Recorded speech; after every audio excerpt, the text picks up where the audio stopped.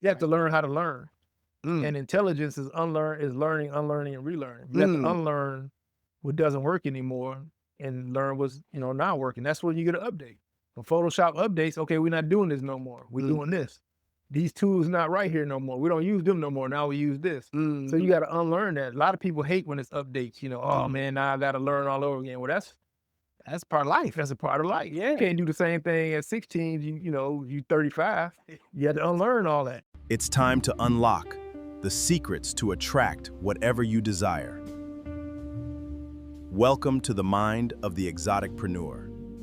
Welcome to the mind of the exoticpreneur, where defining your purpose is win or pride. Hey, listen, I'm sitting here with a legend. Y'all see the face, but I need y'all to give y'all the chronological. I don't even need no cue cards. I know this stuff by the back of my hand, going all the way back. This brother has been innovated and elevating the 313 for, I won't say the amount of time, but I say he done put in his 10,000 hours of mastery. I will say that. He has took him from the bottom levels, took him to the highest level. He is now transitioned from sexual mastery to greatness in personification. He's an actor, a director, a producer, an innovator, a creative, a photographer, a designer. This motherfucker does it all. But I ain't got to do it all that. I mean, see, because when you think of greatness, you got to throw a peer, but then I rhyme it with Kier, because he's a king and we call him Treagen. Man, Mr. Treagen Kier is in the building. Let's make some freaking noise. I'm going to jump on camera for one time. That's your boy giving the end of there. This is the mind of the exoticpreneur. Welcome to the show, my guy. Drop the bomb. Let's get it cracking. You feel me? So, before we get all into it, first I have to say is thank you so much for taking the time out to slide in for your boy. And, because you have literally been making moves all over the freaking world. Literally. Yeah. And I've been trying to figure out, like, well, what the freak is he doing?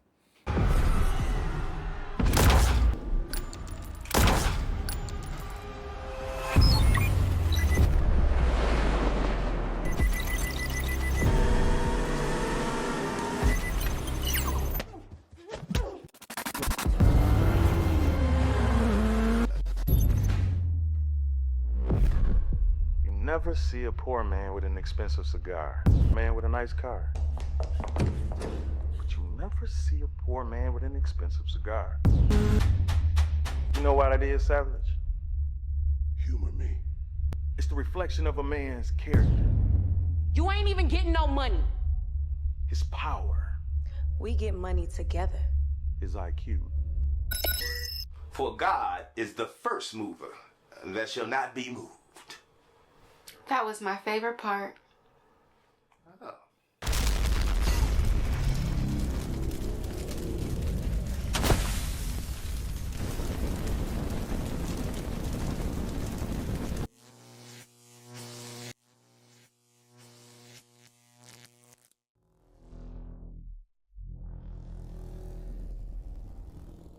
Tell people about you, just who are you prior to where you're doing now? Let's start from the grassroots. You know what I'm saying? Mama, daddy, and siblings. Talk to me. It's me and my sister, mother and father, 4 of us in a quiet house.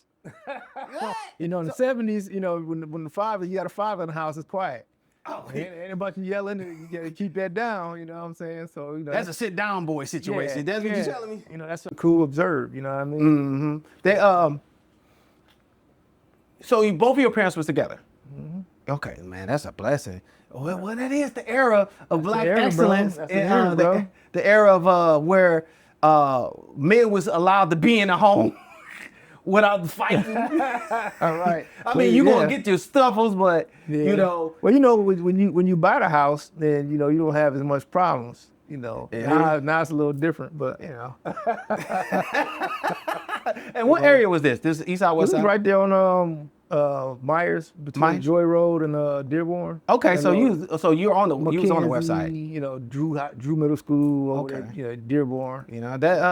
So that era, that whole block. Extremely racist. As soon as you go across, the police used to chase us.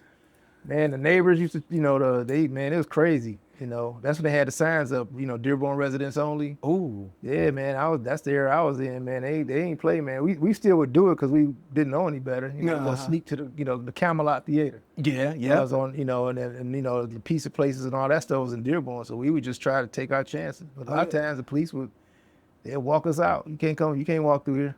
Well, at least the one part you said a key word right there. They walked you out. Yeah, they walk us out. They ain't shoot at us enough. Yeah, right. Because nowadays, boy, they pulling guns and asking questions last. You feel me? Yeah, man. And it's a wild time. They, you know, having so it's two sisters. Or No, it's one sister. It's just the one sister and you. So you got the complete set. You know, I'm the youngest. and you the know what I'm youngest. saying? So you know. how was she bullying you? No, my sister would fight for me till I could fight for myself. But I had bigger cousins, you know what I'm saying? On my mother's side. I'm the oldest boy on my father's side, but you know, on my mother's side, you know, it was, you know, you had that protection. So I was always pretty good, man. But I wasn't, you know, my only issues was, you know, the jealousy thing, but I wasn't like, you know, in the streets, you know, fighting, you know, bullying nobody or nothing. I was fighting to defend myself. Yeah. Now, you know. that's interesting because, you know, coming up, you know, we had the, because I'm an 80s baby. So I'm right behind you. Right. I'm mad. Yeah. Because I'm either behind, because I much rather, you never been in a place where you feel like you was born in the wrong era? Yeah, You know? 80s baby, y'all was the apartment and rental home.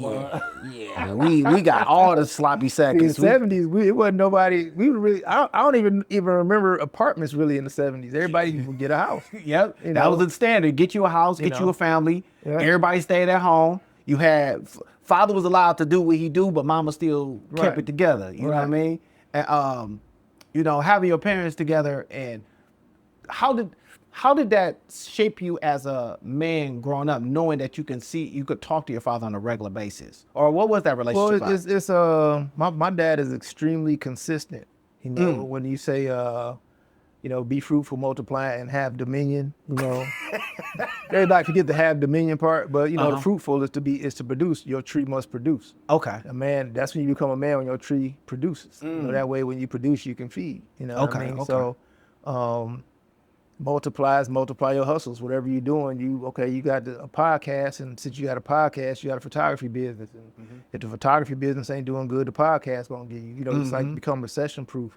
And of course, have dominion is to have your land, your house, you know, whatever have you. So I watched that, not just with him, but my grandfather. My grandmother and my grandfather was together. And my grandfather was working 16 hours a day. Oh, wow. You know, taking care, you know, kids today was grown and us as grandkids. You know, granddad come along, you know, the ice cream truck, you know, that type of thing. So I had examples of like, you know, that strong man that just stayed consistent and was, you know, a man of their word. And that's where I've always been. You know, I know it's a lot of going on social media about, you know, cheating and all that, but I don't believe in lying. I'm not cheating.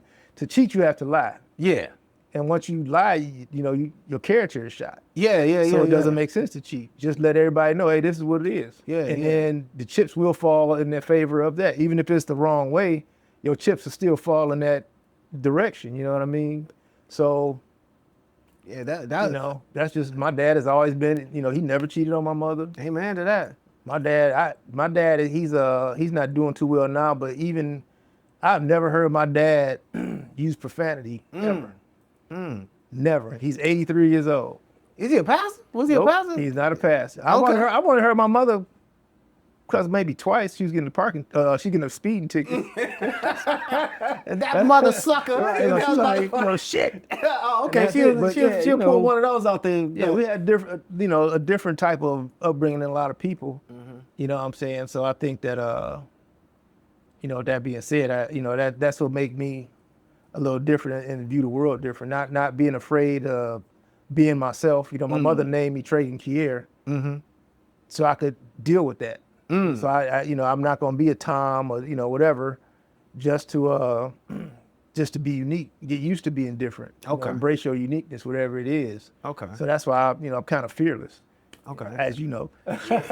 Yeah, you are fearless. I got that. So it's just, you know, once you decide to be, you know, like I say, you got a podcast. Now that you're here, you got to be fearless. Yeah. Take it there. Don't leave nothing on the plate. Don't Yeah. leave no meat on the bone. Go all the way. You know, and that's, you gonna hear positive and negative. Yeah. But you gotta understand is every battery is powered with power and positive and negative. Yeah, You can't yeah. have one. You can't have one without the other. Yeah, You yeah. just use it together. Yeah, I'm a firm believer of duality. Yeah, like, duality. I stand on that. Like a lot of people coming up when I was maturing as a young man, they didn't understand that like is a light to a dark and it's dark to a light. Right. You know, I was born Everything PK. is both. Yeah, they was like, nah, you just gotta be light and suppress it or compress it. And I was like, that don't sit right.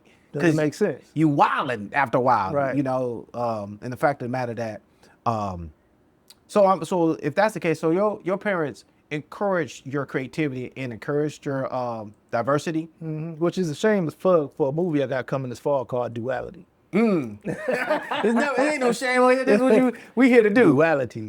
Duality. Everything is both. Every Hey. blessing has a curse. It's not every blessing has a curse. Every blessing is a curse. Oh yeah, I need And dibs every on that curse one. is a blessing. I need a dib. I need to jump in on that one It somewhere. is, you know what I'm saying? It is. Every coin has two sides. Every light has to have dark, black, white, yin and yang. It is what it is. That's and people don't understand too that 10 things can be right at the same time, or one thing can be right out of 10. You know what I'm saying? So it's you have to just broaden our perspective of what the universe is and how things are set up. One thing doesn't mean negate the other. Yeah, You know what I'm saying? A lot of things occupy similar spaces. Yeah, So, yeah, so absolutely. We just have to accept that. I say when people say negative stuff about me, it still took you the same amount of energy to say something negative as if you said something positive. So it still works in the same favor. I know. Thank you for watching. I hate that. Thank you for watching. I still got paid the same amount. Right. Whether you liked it or hated it, I got the same amount. So whether the energy is everything is both. You can't insult me. Yeah. Because you have to use your energy to insult me, which is going to feed you my energy. Yeah. And it might make me go harder and make you even more madder. So, we can keep this thing going. And that's like a Machiavellian thing. Yeah. If I'm big on it. Right, I'm big on Tupac it. and 50. Yeah, they yeah. really, if you really know, and even y'all president, he's a big on that type too. That being an authoritarian and the way he moves. So Funny you say y'all president.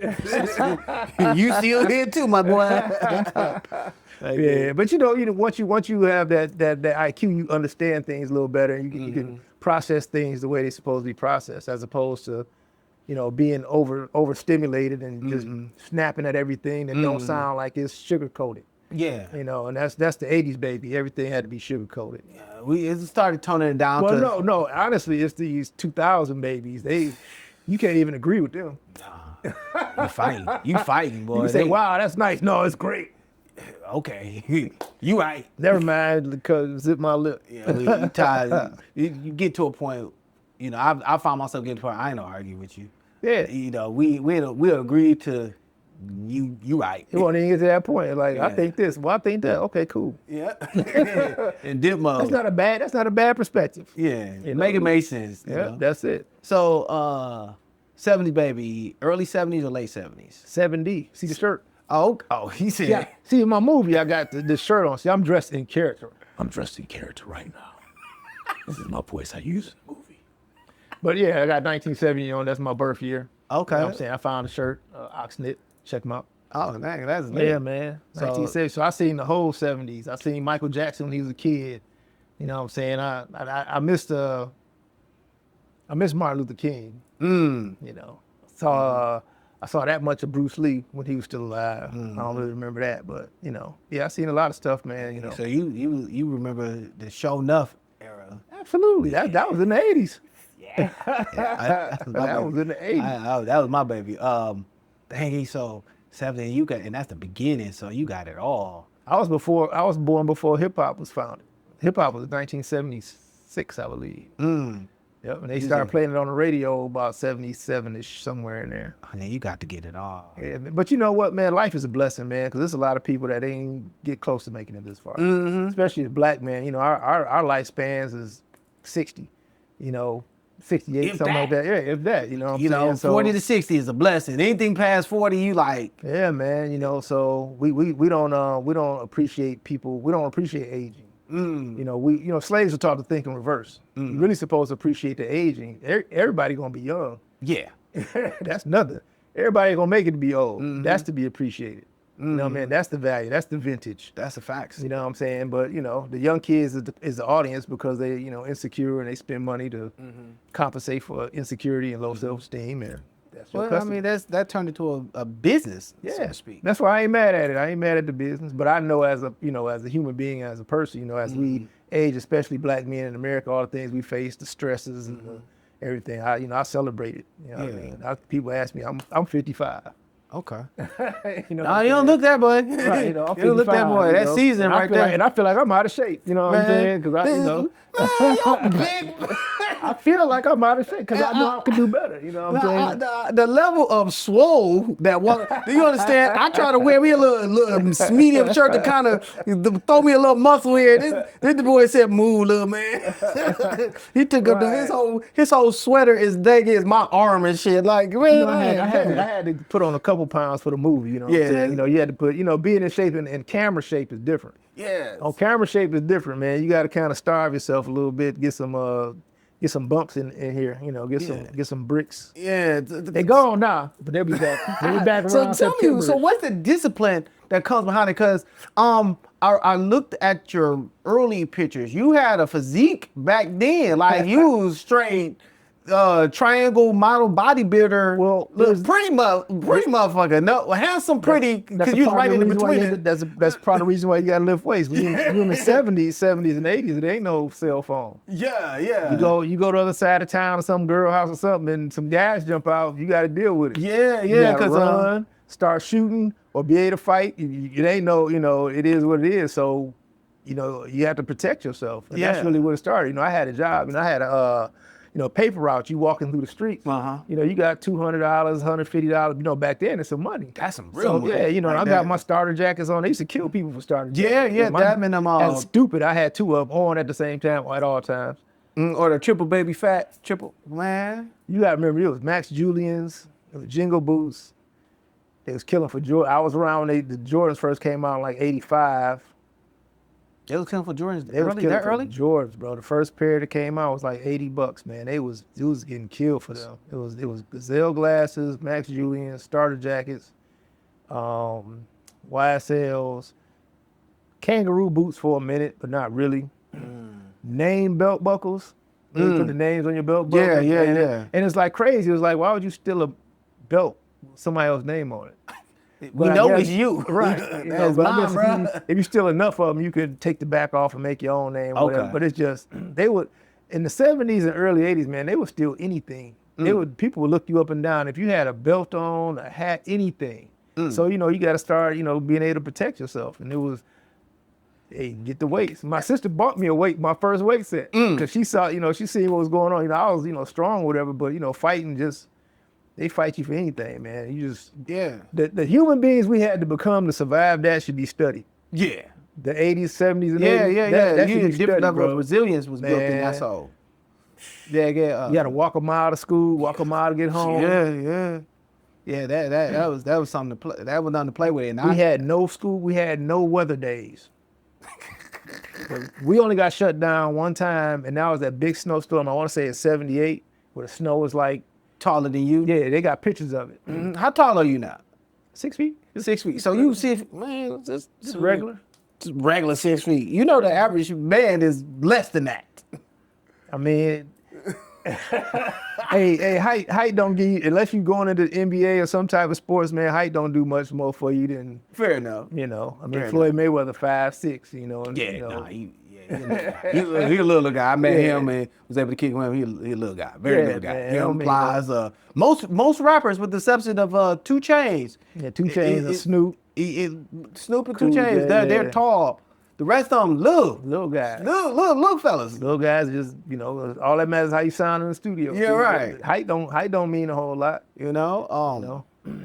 So coming up, you was putting the pause on them because I know you was taking motherfuckers' girlfriends. It was, you know, back then it was a thing. That was the Al B. Sure era. You feel me? On my Facebook, I posted like some old pictures. It's like a combination of, they used to either call me a Prince or a Michael Jackson. And I wasn't trying to look like nobody. I just had a little regular fro. I didn't have no jerry curl or nothing. It just was, and like I say, it wasn't nothing that I was doing. It's just that the perception of, you know, okay, and I wasn't even like approaching girls until like 16ish, 17. You know what I'm saying? Because when you're young, Okay. you don't know if your feet big or not.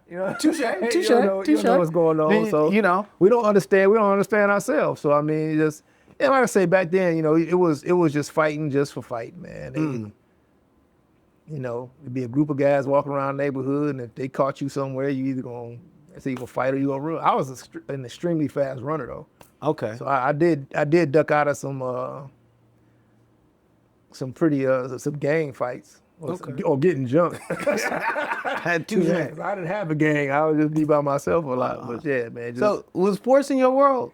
I played Little League, but we mostly played, man. Again, we should be studied. We played tackle football in the concrete. In the streets. That's the first time I got knocked unconscious. I got hit, and my head hit the concrete, and I just woke up, and everybody was standing over me. Goddamn. I don't know how long I was out, but I jumped up and I said, "Let's keep going," because I didn't want to be embarrassed. There was girls out there too. Okay. So I was like, "Yeah, man, we was crazy, bro. We drank water hose water. That's the fountain of youth. Yeah. I mean, all this bottled water is killing everybody. That water hose water. Mm-hmm. Yeah. That'd That be water 80. hose was good. It was hitting, boy. Especially when it's 90 degrees out there. They used to AC, and back then AC wasn't. That was an extreme luxury. Yep. Extreme luxury. AC was. I think that was like more of a thing. So my neighbors had got AC, but they had a little bit more money than everybody. They had like the HBO antenna and the It TV. Remember HBO? That's before your time. You don't remember that? I seen a glimmer of it. We got. I lucked up to have a Comcast cable. Right. See, this is before then. See, back then when you got HBO, they can't even put an antenna on your house. Oh, snap! There was a tall antenna with a crescent at the top, and then if you had It TV, there was a little short antenna, and everybody with It TV because it had all the little dope movies like after 11 o'clock. You see all that, you know what I'm saying? And then the thing about that is somebody next door had HBO. You can go through your channels because since it was a signal, you can intercept their channel and like watch their HBO. Oh, just with the antenna. So you said it was everything. It didn't matter what it was. We gonna catch it on a good night. You see, you get the sound and everything. Oh man! So and y'all had that. We didn't have it. The people across the street had it. So we had it. We had it by default. Oh, okay. It was like, what's yours and mine? It was mine. You ain't got to worry about it. Yep. And then back then, it was like $5, $6. You know what I'm saying? A month. You know what I'm saying? So that's equivalent to like $50 now a month. Right. Or 25, something like that, somewhere in there. Okay, that's cool. Yeah. So 16, that's teenage time. You was putting the pause on them and just in it. Basically OJing a little bit. If you couldn't beat them, you would run from them. Okay. So what brought you into the game? Because I remember I had a friend of mine who told me about like your exotic world. Because I know you as a photographer. I knew you as shooting some of the most beautiful women, like that was name brand up and comer famous women. But then they was like, nah, his name was Innocent for a minute. And I was like, no. And he was like, no. No, he was out. He had him ready for him. So, how'd you end up in the exotic world as a male? That's crazy because what happened was, as far as that goes, I was a hip hop dancer. Okay. I was like one of the extra dancers in 357 video. There was a couple of videos back then, you know what I'm saying? But I was like really good at it, And I met a dude named Dirty Mind. He was a music producer, but he always used to have like the Gucci's on, the Gucci, leathers on. I'm like, man, the hell is this?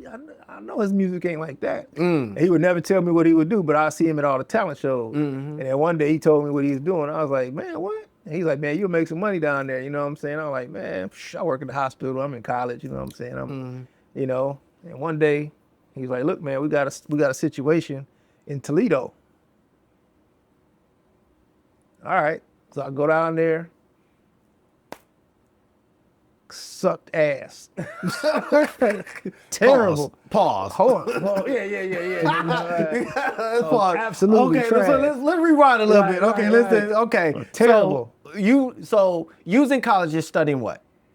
I was advertising and philosophy. Okay, I was like, so okay. Well, now that explains some of this deep universal thing. I'm like, did he pull this from his pops and moms? Where did he try? No, he studied. So this boy is a low key theologian, Socrates brother. But it goes together. Philosophy, psychology, marketing, and all that goes together. Yeah, it's the reason why everybody want to wear Jordan or Amen Gucci to that. or wear Cartiers or whatever. It's just psychology. To tap into tribalism and the private club. I'm in the VIP club because I got this diamond chain. Women was like, I'm in the VIP club because I got these Christian Louboutins. That's, $3,000. It hurt my feet, but I'm in the club. And it just. So it makes sense. So marketing has never been a huge problem, but you have to take your personal self out of it. You know what I'm saying? Because most people don't even see the mark, even when it comes to a restaurant. You know what I'm saying? How many restaurants you been to that you heard so much about and the food ain't even that good? But a few people know how to sell it. They know how to sell it. The visual beats the actual a lot of times. And it's like, I'm big on trying to date a girl. You find out that she's still sleeping on the mattress, my dog. Not a mattress, but an air mattress that's dusty. Because you build it up in your head. Oh my God! Like she got to be laid out. Got to bring my A game. Yeah, man. just recently too. I was like, ooh. I was like, ooh, you sleeping on?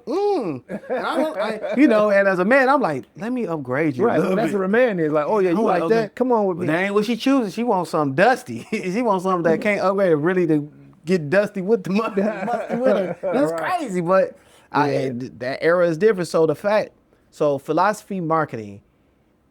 And from there, my man pulled you into the game by inviting you out to Toledo to perform, or what? He's like, hey man, we got a spot open. You know what I'm saying? Okay. He's like, come on through. I was like, so you was going hip hop? Yeah, I was like, and they see that just like you said. They was like, wait a minute, okay, it was terrible. All right, so trash. I mean. So what did the ladies expect you to do? So if people don't get what we talk about, they was expecting him to basically shake his ass for them. Were they expecting you to get naked? No, it wasn't even that type of thing. It was just, most of the dudes did like a Temptations kind of routine where you come out and it's a song on, you lip sync. Okay. And, you might switch the songs. You take your jacket off, and you switch the songs. And your shirt come on. If you play the right songs, the women, then you might, jump on the floor, do some Prince moves. Okay. Stuff like that. And, but me coming from, hip hop, where I'm, Kid and Play, MC Hammer and doing all that. Yeah. And didn't know what music to play. I'm playing music that I like. And that's another thing. This kid is trying. Right. I'm playing his rap songs, you know what I'm saying? MC Shan, and this is shit, man. It was a dumpster fire for sure. I think I made like $4, bro. I'm pretty sure I remember the first time it was like $4. It wasn't even the gas, but gas was only like 80 cents, 90 cents. You barely made gas money, dog. You're right. I broke even. $4 broke me even.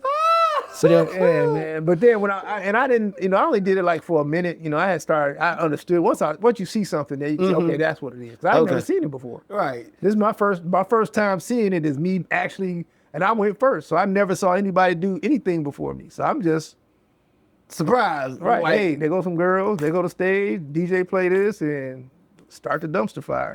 That's exactly it. That's exactly it. The first 2 times, man, was just horrible. And then after that, I stuck to school for a little while longer and everything. And then when I was at Harper Hospital, I was working at Harper Hospital and I was in college, but Harper Hospital was on call. So you can't be on call and be a student. So it was like, it just didn't work out. So I wound up going back, and I was like, well, okay, if I'm gonna do it, because I need to have my schedule open, it's gotta work. So when I went back, man, I kind of had an idea of what I was gonna do, and then it started clicking, you know what I'm saying? Okay. And, So when you saying go back, you went back to performing. Right. And let the Harper world. Yeah.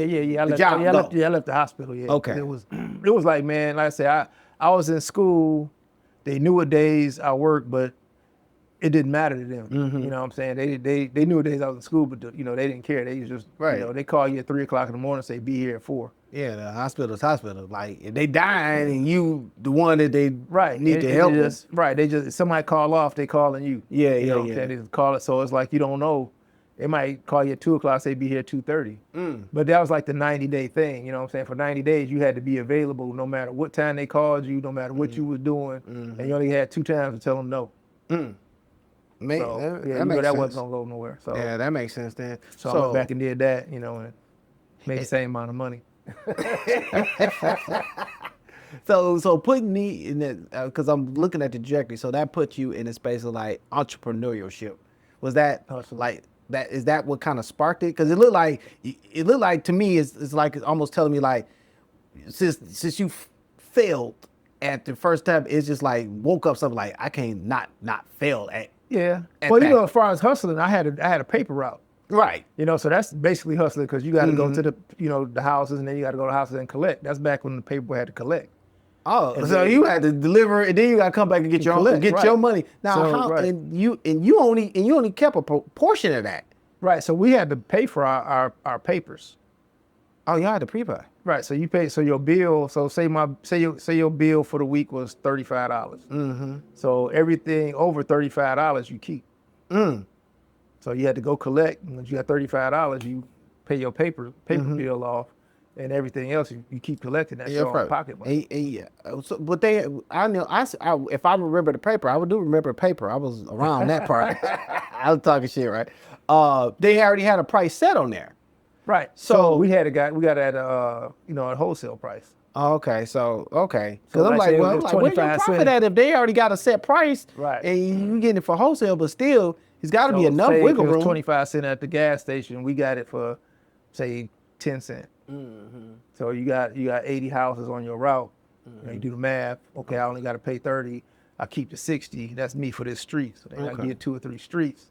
So every week you might have $150 to $200 depending on the tips because they would always tip you a lot of times. They're gonna just take the 5 and keep your tips. So that it already started doing the money machine mindset.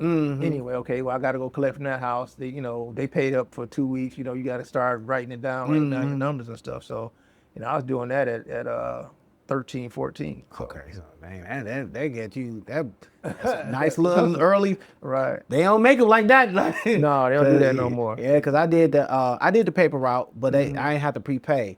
They already had the billing set up. All I had to do was just deliver, and they still had the amount. Right. So they'd deduct that from there, and then everything else was left over for me. So I ain't had to deal with the same that part. thing. They just did it for you. Yeah, they took care of that part. So I just understood hustling and being out and making sure that I didn't miss the house. Right. You missed the house, boy. That's your whole week's worth of money. Oh man, they were You mad. missed me on Tuesday, so I ain't paying for none of it. Yeah, they were mad, boy. They were mad, and I had a bike, so I had to ride my bike. You feel me? Yeah. But other people had cars, so it was a different game. You came later, man. I had a wagon.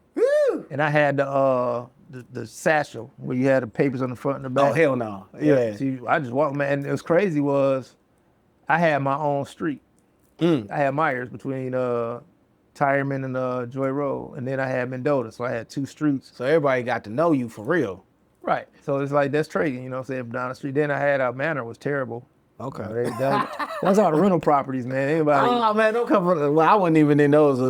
Fortunately, my parents had houses. Yeah, that was horrible. But yeah, it was always, having some pocket change, some kind of, some kind of hustle to circulate and do your own thing, Okay, so so then that hustle brought you in there. So when it was time for you to pop it, lock it, and then drop it, it was like second nature to progress. Right. I already knew how to dance and perform. I was modeling too. My mother was a model. My mother was in the magazines, and my dad was a photographer and videographer. Yeah. So I was kind of in that too. So it all came.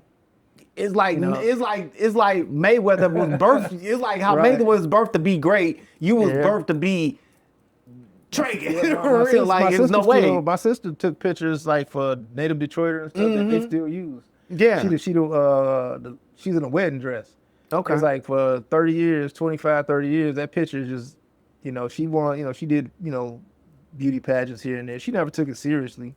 But if somebody, hey, let's do this, So she could easily pull out a pose on you and tear Right. everybody else down. My making sister, everybody... my height. Dang it, Same she's height. 6 feet. Yeah, she's yeah. Oh yeah, no, that's model height right there. Same height. Yeah. So So he's working. So y'all just made for this. Y'all was meant to be in front of the camera. Y'all was meant to be and you in know what's entertainment. crazy, man? I don't run to be in front of the camera. I never really have. You know, it's like because I guess it's there. You know, Yeah. it's always kind of been there. I did it. I did my first TV commercial in '76. I was the Kick and Go kid. Remember the Kick and Go? Yeah, you yeah, know, yeah. the scooters. You know, my father was cool with the people at GPR, and he's like, you know, bring them down there. And I did the whole. All I did was ride the Kick and Go around the studio. About 2 weeks later, the Kick and Go commercial come on. So I'm in the second grade, and everybody like, I see you on TV.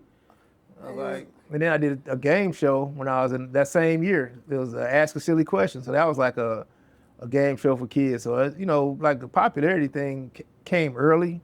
So I never like chased it or really like. Just laws of attraction, like you was already built into that environment. And that's one of the things that we talk about from the mind of an entrepreneur. Is like you when you're in alignment, you know, within yourself. It's not, you know, you're not chasing nothing that you already know you got because you're built like that. You know what I mean? It's going to fall in place because the universe brings that energy to you. You know, some people call it God, spirituality, but at the end of the day, the energy is what it is. You know, it's like a magnetism. You call what you want. You know. Yeah, you speak it in, then you stand on it and you live it. But you talk about duality too. You see a lot of people jump out there trying to be popular, and then they wind up getting popular for the wrong shit. Well, you said the key word, trying versus being so hard. You know, you trying, and you know, the doctor lady. You know, she left school to be a model and actress because she wanted to be famous, and then you get famous for the wrong shit. You got what you asked for. You got what you asked for. Yeah, but you want be to be clear. That's right. So you know that clarity is a big thing. Clarity, man. You gotta put the work in, because when you put the work in, nobody can take anything from you. Amen to that. You know, I say I don't beat my chest about nothing. I don't, you know. Hey, it is what it is. So humble giant out here. This motherfucking here, boy. So, what did you start discovering as Prince Innocent? Because you no longer innocent. Nah, you out here and you locking and you popping, but now you realize like, okay, entrepreneur is in me, and you be damned if you're gonna get $4. Well, the thing is, like I said, psychology. Women like, no woman wants a man no woman wants. Okay. So if it's psychology. Like I will go to the club sometime with 2 or 3 nice looking girls that I took pictures of. You know, they look real good, whatever. You walk in with 2 or 3 hot chicks, 4 or 5 more girls come up. You know, what y'all doing? What y'all got going? You know, because women, he must be about something because they with him. And that's, like I say, it's the same thing we just talked about as far as psychology and marketing. It's like, if that's why they use celebrities to sell products. Yeah. Well, if Shaq is using it, you know, it must work. Or if such and such, Kevin Hart selling Verizon, it must work. Yeah. You know, it's a part about being in a club or being a part of a group. Okay. You know, group thinking. Yeah. At some point, and at some point we've all done it. You know what I'm saying? Yeah, you know, of course. You know, products. You know, our equipment. Oh, we got such and such camera. You know. Yeah. But as long as you understand that, it's real easy to get motion. Like in Detroit, you can get motion, and if you really put your mind to it, 6 months, you could be the.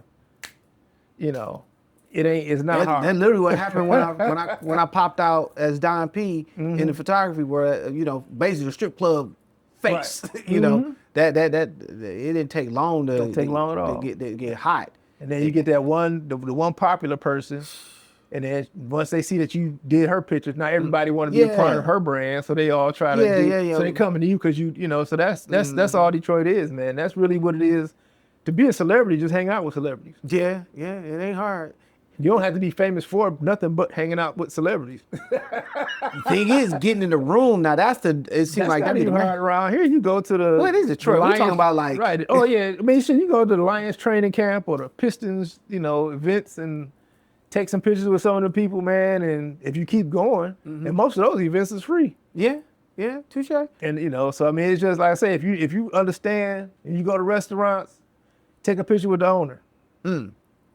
All these restaurants, take a picture. Hey, you own it? Yeah, man, take a picture. Man, you start doing stuff like that, 6 months straight. That's game right there. How y'all free picking game. up? You want to get popular? You want to get some pop? You know, get some motion right there. They So with that, because I was trying to figure out how did you end up on Ford Field filming and always having a pass. I said And that came from knowing somebody from TKL. okay. He worked there, but he was always like kind of around. Got Lonnie Allen. He's with the Atlanta Falcons now. Okay. I had moved and came back, and I was like, I need a little job real quick so I can, get situated. And I jumped back into the hustle. Mm-hmm. He's like, come on down. I was like, okay. So I went down there, didn't have to do much to get in. Mm-hmm. And then once they saw, my work ethic and how I work, because, when you're an entrepreneur and you go into a regular job is easy. You're an entrepreneur and you're responsible for everything from everything, your supplies, your schedule, your income, everything. A job is easy. All I got to do is stand here for 8 hours or walk around. Yeah, what? Just make sure nobody walk through this door. Wait, you gonna pay me just to make sure nobody, you know what I'm saying? Or give somebody directions. But then, once they saw, how I worked, then, they start moving up. Okay. When you can handle this, you move up to see if you can handle that. Okay. So that's just how it goes. But yeah, it all comes from networking, man.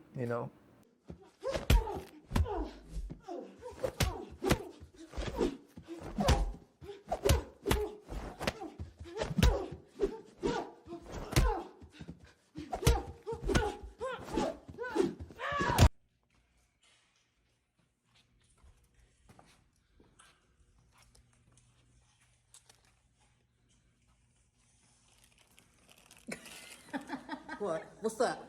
What's up?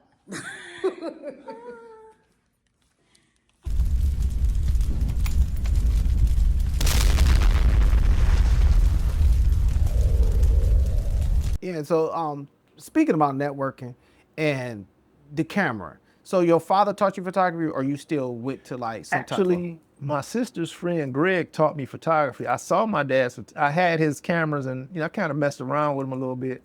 My sister also had photography at Wayne State, but her friend Greg was a photographer, and he was like take the picture, develop it in his basement, hang it up, look at it with the eyeglass, get the contact sheets and all that. So that's where I learned that. You know what I'm saying? And his lure was, for me, he was like shooting like girls, some bad chicks, they'd be like, the sheet on and all that. I was like, man, that's sweet. I'm gonna do that. Touche. And he's like, well, he worked at the camera store. He's like, man, just come up to the camera store, and we got some used cameras, And I bought my first camera for like $100. It was a good camera, it was like a Nikon F150 or something like that. Nikon, yeah, it was a Nikon F150. And no, it was a Minolta. My first camera was a Minolta. You started with a Minolta. That's a good. Because Minolta switched over to was it Fuji?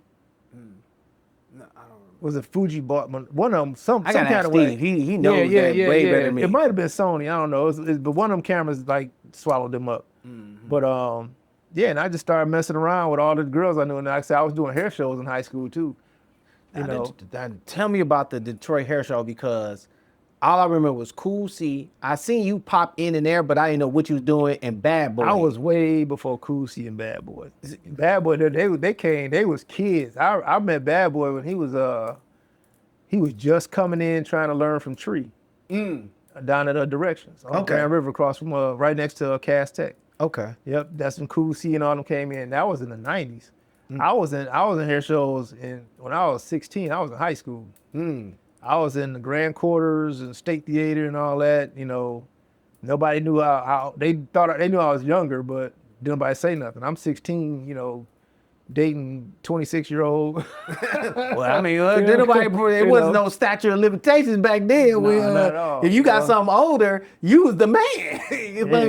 Just the fact that you had sauce. Man, cars, a job. I was in high school. I had a little piece of a job and hustle, but they had like they worked at the bank and stuff like that. Ain't nothing like getting it wet early.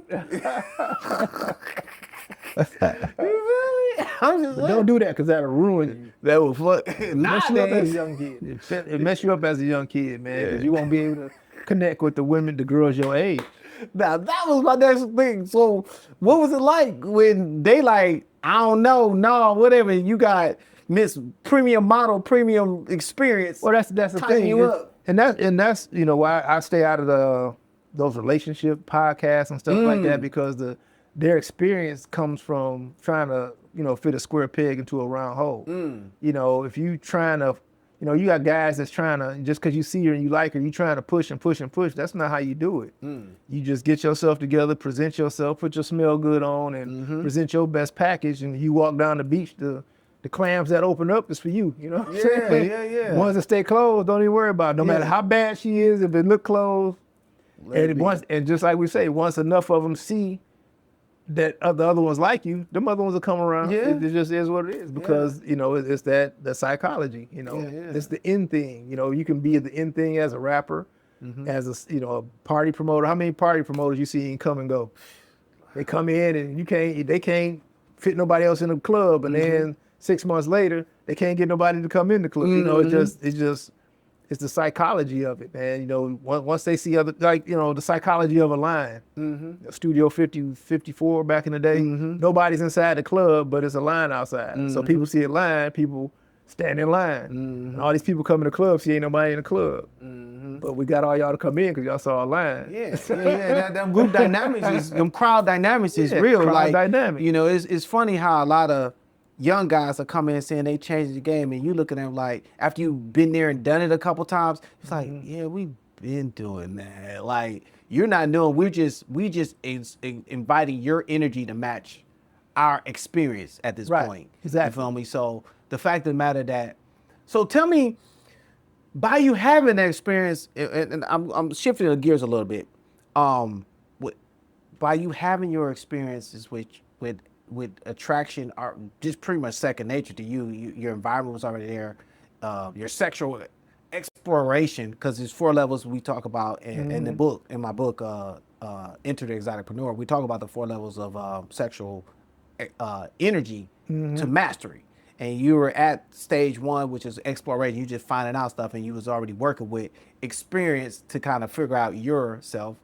Then there's the transformational space, transmutation, where that you're projecting your energy, right? And now it's coming to what you like versus just trying to jump around there. What made you take that second transition from, because now I'm looking at, you got magazines out. So we have some classics right here. Now this the one It came back on. Yeah. Now this the one I remember. I remember her because I remember you was wearing out them vixens. you was wearing out them vixens right there, my boy. Now I remember that one. You know, man, and that shit right Me there. right there. Me and my business partner at the time. You know, and and that was the point. You know, I remember you from the ECM era. This is about shop making good right here. Yeah. Making good in my magazine. And I was like, how did you pull that off? Where did you come? Where did you get all these baddie addies right here? Because when I seen your name, and shot in Toronto, by the way. You know, and you was popping out. That was the magazine I remember. Blankley Dirk. He made $1 million. What's that Beyonce song? Yeah. It's like you was doing this before all of us, because, you know, when I was coming up as a Detroit photographer, trying to build my name, it was you, Legwork, may he rest in power, Sean Darnell, then there was me. I was the up-and-comer, and every time I would run into you, you'd just be like, what's up, young man? Just kept it pushing. You wouldn't say shit. But you was the rapper right there, because I worked with her. That was my boy's ex-girl, her. I worked with her. I remember that shot. I remember that shot when that came out. I was like, your boy? Who's your boy? JD.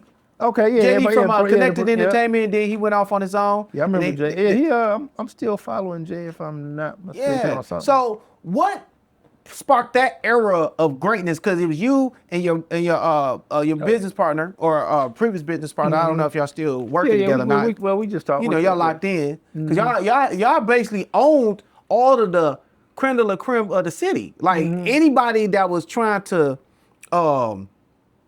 have top tier shit. You know what I'm saying? Because I'm coming in and I had my mentor Steve Ragland, who was mentoring me on the fashion world. But y'all had like the top tier not even urban because it was beyond urban. It was Yeah, like kind of graduated. You know what I'm saying? It was like that. It was like it was high, top tier. It was classy. It wasn't raggedy. It was like, okay. And this is during the Vixen era where that, you know, we busting into the mainstream world. Right. And here you are, like, nigga, I'm already here. Right. Well, you know, what was that about? Well, the thing is that when you do right by people, especially women will go in the rooms and speak your name in rooms that I could never go in myself. Amen. You know, I mean, all of them, you know, the Buffy the Body, she did a lot, you know, just because we cool, you know what I'm saying? Like Treagen's cool, she'll go and people would come to me because of her, you know. I was shooting Delicious. Delicious sent me Crystal to Dial. That's how I met Crystal, you know what I'm saying? You know, I met Mina. Mina sent Kiva, you know what I'm saying? So, I mean, it's like it's like a big web of, and it's crazy because I remember they all when they was babies, like, right? Because you know I know them from as being exotic entertainers, female performers. You know what I'm saying? They twerking and burking, and you know I'm seeing them in a whole different light. It's like I know what y'all look like for real. Right. And they goofy, they cool, they just regular people. You know, you see them all dialed up and stuff. But they're regular people, man. They're really cool. And you know, when you do people right, man, that you know they especially women, because women don't really get treated right consistently. You know, every time they, you know, go into a room or something, somebody trying to do something to them, and or you know, they have to keep their guard up, and they realize, you know, like I ain't tripping. You know, we, you know. Yeah, keep it pushing. Like you don't even look down. You still looking at their forehead. Yeah, we good. Okay, you know, because you know that, and that's what the comfort level is. Because people, you know, especially as a photographer, people perform to their comfort level. Even if you're shooting, you know, a guy, you know, if it's a wedding shot, you know, they still need to feel comfortable. You know, you get some photographer that's too assertive or mean or you know, whatever, and they don't get the right result. It's kind of like the Phil Jackson kind of coach. I know what you know. I don't have to do all of that. I'm gonna work with you and bring out your best at your comfort level, at your pace. Yeah. And that's it. You know what I mean? You know, there's nothing for it. No fitting a square peg into a round hole. No ulterior motives. No nothing. It's just this is what it is. You know. So that really took me to. That's how I got to the to doing the making goods and the you know, because it's like so many girls would just saying my name in so many rooms. Next thing you know, the call started changing. You know, I got, you know, my makeup artist Sydney got me, you know, like the Duelle covers. You know, XL, she got me, you know, Trick. I shot the villain, and because of that, Lola DeBone came along. And then my makeup artist Sydney got me. She also got me the Chemistry. And we did I seen that. Yeah, we did that shoot. So it's like just. Your catalog is ridiculous. It's being, a lot of people don't know because, like I said, I'm not a chess beater. You know, all the billboards around the city, I don't even say nothing. It is what it is. But see, I saw it, but I'm like, the fuck, man? Because you don't like. I don't have a megaphone. You know, pay they attention don't to know me. you. You would never know. Like you was behind some of the top selling and producing artwork, basically marketing and advertisement work that the city and nationwide, worldwide shit. Yeah. And, you know, and I was always impressed with that. Yeah. So, you know, I'll be the first one to say, shit, you the shit. You know what I'm saying? And the work speaks for itself. You know, I was a firm believer of like let the work speak. I don't need to see. You don't need to see me if you know that the work. Right. You know. That's kind of how I got, because you know people also get played out. A lot of people crash and burn because they, you know, and I got a lot because I'm more reserved. I got a lot of my clientele because they was tired of going to the same person, getting the same set, the same backdrop, the same props. You know, they come to me like, Trey, I need something different. Okay, come on, let's go outside. Let's go outside at nighttime. Let's go outside in the rain. Let's stand in the middle of the street. You know, let's let's go on the rooftop. Just do something, like I say, being fearless. Yeah. You know, and that paid off because then I started, you know, doing like the magazines, you know, the newspapers and stuff. Because it's like striking images. You know, have a girl crawling out from under a car, or you know, the hood of a car, or you know, put fire in a house or something, make it look like she's on. You know, kind of like so a what Dave was the process? Type of deal. So what was your process? Because like some of that shit is wild, but it's also the setup. Cause you gotta, I mean, folks, it look cool when you see it, but they don't understand the mess behind the scene when you gotta build the set or put the set or find the right people. Man, I would do. Man, it was crazy because I would like say in this room, you know, shoot this room, put the girl with the lampshade on her head in the corner and just shoot, you know, you just had a whole wide shot, but you got to see just, I don't know, man. It just, like I say, being fearless. And once you're fearless in your gift so long, it come to you. You know, you can do anything, you know what I'm saying? I say, open the refrigerator, pose right there, put on a men's suit and stand in the men's bathroom, you know, bad chick, you know, just anything, man. Just, there's no limit to what you can do, you know, and once you get consistent at doing it, people will see the vision and then you get your, you know, the psychological following, you know, that, oh, I like your work, man. You know, you done did this. It's just building process. And then, you know, once you start getting to that point where you get people with more name, you know, then another name, oh, you shot that rapper, well, shoot me. Yeah. You know, how much you charge? They don't even know that you only charge that rapper maybe $100. But you know he had a name, so you did it, and now 10 rappers are gonna come pay you $500. Yeah. You know what I'm saying? Because I've done, when I did that Idris Elba shoot for Takers, I got $1,000. And they called me because they knew I could shoot quick. They like, man, you got 15 minutes to shoot 3 different looks of this guy. That's all he got in his schedule. I was like, what time? And I went down there and that's why it's on YouTube, the actual shoot. Went down there, I set up my beauty dish like that. I was done probably in 10 minutes. You know what I'm saying? Damn. But the last 5 minutes was just, you know, icing on the cake. They did me like that with Chemistry too when Seldom Blue was open. They're like, hey man, Chemistry got 20 minutes. We need them for this cover. What time? You know? But the thing is and that's really kind of what got me too. And when I did Megan Good, it was kind of like that. It was an interview, but they needed a cover. And it was, you know, she was between takes doing Takers. No, Stomp the Yard. Stomp the Yard. Okay. So it was like, you know, our trailer, you know, we did the thing, and I had to shoot her right there outside the trailer. Damn. That whole shoot was in a little lot inside. You know what I'm saying? And I got good at doing that. It's like just being the guerrilla style. You know, what am I doing? Where is it at? Okay, cool. Walk in. I got my 2 lights and my stands, my camera, my battery. So. Oh yeah, because we still walk around with batteries and little stove pop sets. The pop sets. Yeah, that I had got introduced to that working with my mentor.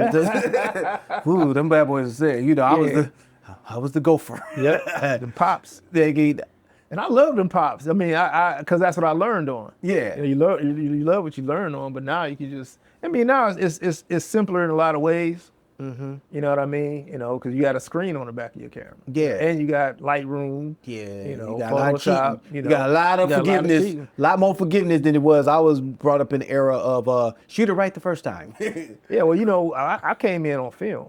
So you got your 36 pictures. Yeah. You don't have a screen on the back of your camera. You got to be able to look and diagnose a room. And you know, some people had light meters.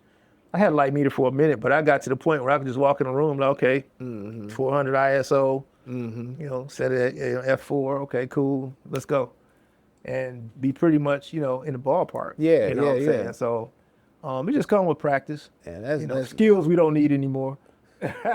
relative, but it's still good because you know, with this AI, which brings me to the next space of so what sparked? Because obviously you're making money as a photographer. You also, are you still performing at this time? I had because I seen a couple stints. I seen a couple stints because you was a manager for a minute at over there now at ICE. Yep. You was manager and they had a stage show. And that's when I moved back from Jersey. And I was like, okay. I was at Ford Field a little bit, and you know, opportunity came up to manage a club. So at the end of the day, it was well, that was the last stretch. I was trying to do something like, you know, what's the name of that movie? Magic Mike. Queen's Men. Oh, okay. Yeah. So, and they wound up, you know, getting a lot of what I did for they hookup. Yeah. You know. So, but yeah, just to try to do something different, man. And I think that the pandemic kind of, that whole little era, that little 5 year, like even before the pandemic, things was kind of weird. You know what I mean? Just going into it, and then the pandemic kind of came, made everything really weird. So I think it's just, you know, but as far as like when I started, I was really a photographer before I started performing. And what happened was I took pictures of a Puerto Rican princess. She was the top dancer at Cantaloupes on Woodward, where they built that church that they never gonna finish. I took her pictures, and because I took her pictures, I took Lil Too Much's pictures.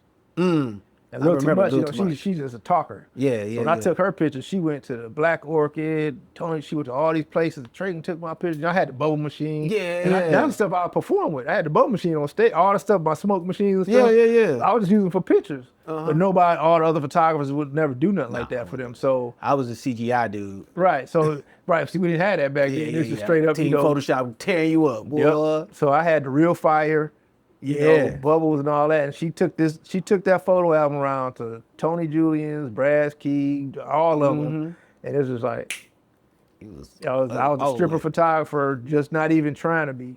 I was just, but they and I went to Cantaloupes, me and my cousin we was underage. We was in there just hanging. I mean, didn't nobody bother you back then? No, you just go in there, you got some money, that's it. Yeah, and it wasn't even that you much. tall too, so Right. My cousin's 6'6", so we walk in, Y'all looking like hoopers. Right, so we walk in, man, it just, so that's just how it just all. And it all kind of tied in, because I'm at the club over at Watts, these girls that, Tony Julian's, Brad Key, Black Orchid. It was a family though. Right, it's a whole big old family of there. Circulation of just, You was hitting the Watts circles, because that's when they had routines and everything popping off. Watts, Henry's, UBQ. Yeah, UBQ. But I actually was traveling more. I started off more on the road. You know what I'm saying? We was going to, Cleveland, Columbus, Indianapolis, on the weekend. Sometimes it'd be like a 3-day tour. You know what I mean? So I was like, I came into Watts actually after I was already pretty good. Okay. So I didn't have to. I was different, so it took a minute for it to sink in. But I didn't walk in there like, fresh suede, not knowing what's going on, nothing like that. So it wasn't so bad. But even then, I was working at Chrysler. Goddamn. If I was working at Chrysler, man, I would fall asleep. I would be getting like 1-2 hours of sleep. Oh man. Yep. I'd get home Unstoppable. about 3 o'clock in the morning. Got to be to work at 5:45. I lay down for an hour. Man. A lot of times I would take a shower and put my work outfit on and go to sleep. Okay. Or sometimes I take a shower, put my work outfit on and go to work and sleep in the back seat in the parking lot. That way I could wake up in 2 hours and just walk in, Oh yeah, I still do that to this day. It just man. Look, you wouldn't want to miss your excuse, because it's nothing like at the time when you had the slippery slope money, you still had a little bit of study money. They don't get it now. They thinking that it's just all or nothing. Slippery slope money it'll turn on you. Yeah, boy, never lie there. They it'll turn. That's the game. So, did you have real down moments or hardships as you was growing? Because it seemed like you had so much motion going on. How were you able to maintain how were you able to keep the balance together to be able to execute at such a high capacity? Because you're fast. You said you was fast, and you're also creatively tapped in. You're still working 9 to 5 while you're catching out of town flights. And I'm just like, well, where does he fall off? Because it's like it burns on you. It wears on you. You get, and you was in shape. Yeah. And he was in shape because the fuck, be in shape. You know what I'm saying? Wow, I had to be in shape. I'm trying to keep up with just keeping 30 minutes of working, and I'm pudgy out here. Like Twinkies is my friend.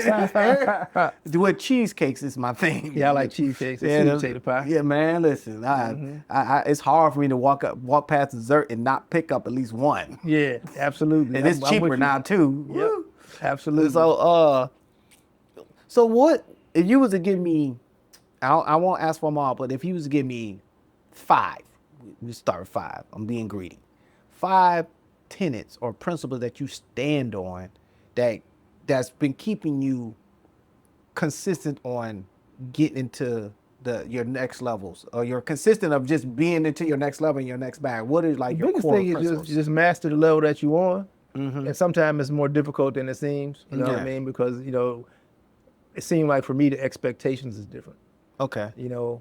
when I make a movie, it goes through a microscope. But other people make a movie and it's like 1,000 things wrong with it, and people like, oh wow, that was sweet, and I'd be like, Yeah. So and it's funny because I don't know if you know Miles Dixon. He just told me the other day. He's Yeah, like, I know man, Miles. he's like, man, you want to get to the next level. Stop letting people know it's yours. Yeah. Some people won't like it just because of you. Even though you ain't did nothing to them, you helped them out, whatever. They just don't want it to be you. Yeah. That's cool, but that's where the marketing and psychology come from, man. You just gotta go. It's a big world, man. It's 8 billion people on the planet, that's man. facts. If you stay in one little, fish bowl, one little swamp, eventually you're gonna sink to the bottom. No matter how much of the king of the hill you are, or king of Detroit, or whatever. If you stay here, you will live long enough to get taken out, to get, and I realize the cycles. I pop out, I'm popular for about a year or two. Duck back. Yeah. Look around, come back. Surprise. Yeah. Like when I fell back, man, I started sending my photography clients to like Steven Novak and Q11. I was sending people. Yeah. I would direct people in a heartbeat. Yeah. Like, oh, yep. Go see them. Yeah. But I ain't gonna be able to do it. Just because So I don't feel bad now, because that's what I did. I changed my number. That was the icing. I changed my number. And when your number, you have your era of everybody know your number more than they know your name. So people, man, you have a whole generation that grew up on your name, and you changed that motherfucker. The person that got my number was so mad because that phone stayed popping. Right. But there is a point But of you have to fire some clients. Yeah. And then you have to audit your client. Really, you need to do it every year. Like the worst 10% of your clients need to, hey, look, you can tell them whatever you want. Hey, I got somebody. I'm going a different direction. Yeah. I did that a lot, man. I dumped because people will keep you stagnant. They eventually don't Evolve. They don't evolve, and they don't. Over time, they get familiar and they don't respect the prices in the process. You so familiar, so cool with them now. They be like, oh, I ain't, just hook me up, and then they'll go over to this other photographer and pay him $500. It's like, wait a minute, you told me that you couldn't do it. I'm on the love, but you go pay them $500 because everybody going to them now. Yeah. So then just keep going to them. Yeah. Don't come back talking. Don't about cheat that. on me like that. Don't treat me like what I'm a second rate when I. Right. Yeah. And then and for me as a photographer, one of the reasons why people did come to me is because when I did your project, I promoted it as well. If it's a book cover, I used to do Triple Crown book covers. I would post them, hey, check this book out for the authors. Facts. Stuff like that, or the rappers or whoever, models. I do your flyers. I take a stack of your flyers and put them out. You know what I mean? So for people to go somebody else because that person just popped up, and then they come you digging in your pockets. That's kind of like, okay, cool. Well, you found your person. Yeah. Understand that person is gonna cool off. Yeah. I've been in Detroit a long time. There's been a whole lot of everybody go there, and then clubs. Yeah. Remember Silver Rain? Yeah. I remember. Oh man, Silver Rain gonna shut the. I said it's gonna be a year. Yeah. Everybody thought I was a hater. Yeah. It's about 9 months. You see you see the patterns, and once you understand that pattern, you stop the patterns. You stop hiding. You stop holding on to what the winds are. It's like, okay, the wind changes every time, and when I seen the psychologist, but see, you were giving me confirmation that I'm not nuts and I'm not playing with myself. I said, I know I'm not blind, and I know. Trusting yourself more than everybody else, that it's like, oh, this is the next great thing when you got your core principles, because you run the marathon. Run the marathon. The marathon. Don't worry about what's right here. Don't worry about who. It's a lot of front runners. Yeah. People jump out, they hop real quick, they hit their ceiling real quick. Yeah. And they kind of coasting on what they did in the beginning, but eventually, they taper off. For example, floods. Yeah.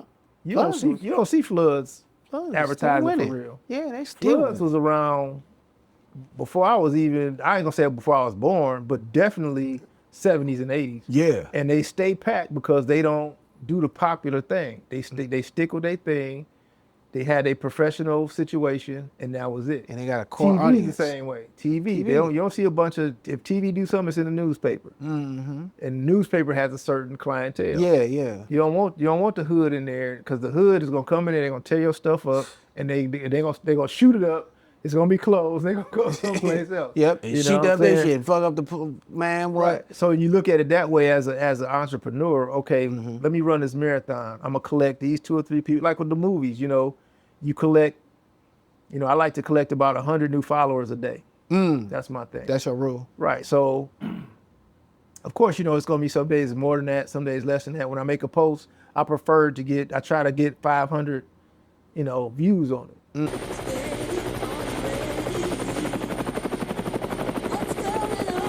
It's the big day, Sunday, July 26th. The Bulletproof Soul movie premiere. What's going on? What's going on?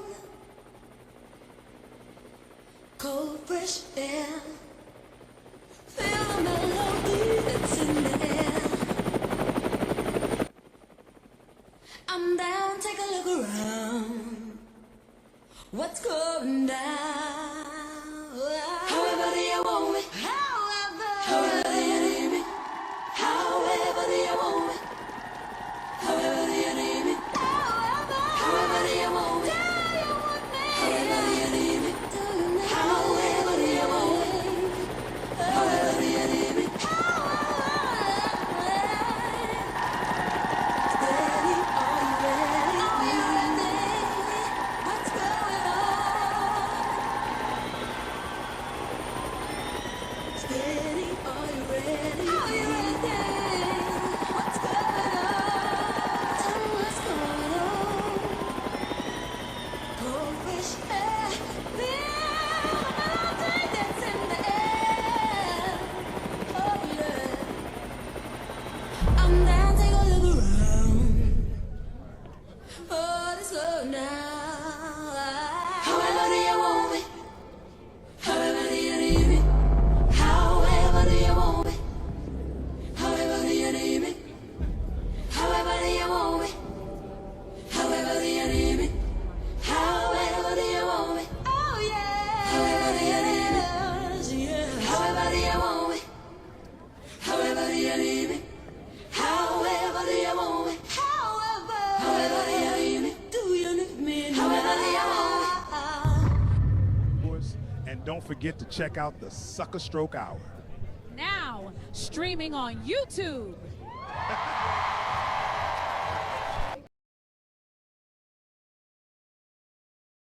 I'll get, some of them got 50,000.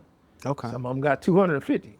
But that's just a thing, because if you keep it going, eventually when your village finds you, your fans find you, you unstoppable. Jumping around. That's why I don't use a lot of, popular people a lot of times, because popular people have their own people. But then if I jump into their brand, I'm drowning my own brand. Now I'm a name chaser. I can't make nothing without you asking me who's in it, because every time you see something, I got the popular people. So now when I try to just stand on my own, because when you see a Tyler Perry's movie, you don't say, well, who's in it? It's a Tyler Perry movie. Yeah. You see a Tarantino movie, you don't say, well, who's in it? It's a Tarantino movie. Facts.